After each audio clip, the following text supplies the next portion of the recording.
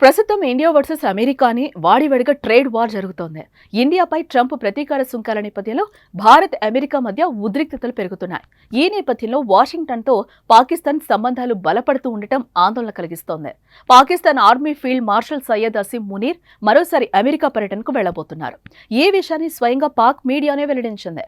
ఈ నెలలో central command general కురిల్లా పదవి విరమణ కార్యక్రమానికి హాజరయ్యేందుకు మునీర్ వాషింగ్టన్ వెళ్తున్నట్లుగా సమాచారం. కాగా అసీం మునీర్ యుఎస్ సందర్శనకు వెళ్లడం 2 నెలల్లో ఇది రెండోసారి కావటం గమనార్హం. ఈ ఏడాది జూన్లో అసీం మునీర్ అమెరికాలో పర్యటించి ట్రంప్తో వైట్ హౌస్లో మునీర్ ప్రత్యేకంగా విందు చేశారు.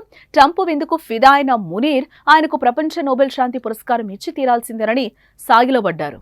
ఇప్పుడు భారత్పై అధిక సుంకాలు, పెనాల్టీలు విధిస్తున్న ట్రంప్ పాకిస్తాన్తో జట్టు కట్టారు. ఆ దేశంతో ట్రేడ్ డీల్ చేసుకున్నట్లుగా వెల్లడించారు. పాక్తో భారీ చమురు నిల్వల అభివృద్ధికి ఒప్పందం కుదిరినట్లు కూడా ప్రకటించారు. భారత్కు పాకిస్తాన్ ఏదో ఒక రోజు చమురు విక్రయించవచ్చని తిక్కతిక్క మాటలు మాట్లాడారు.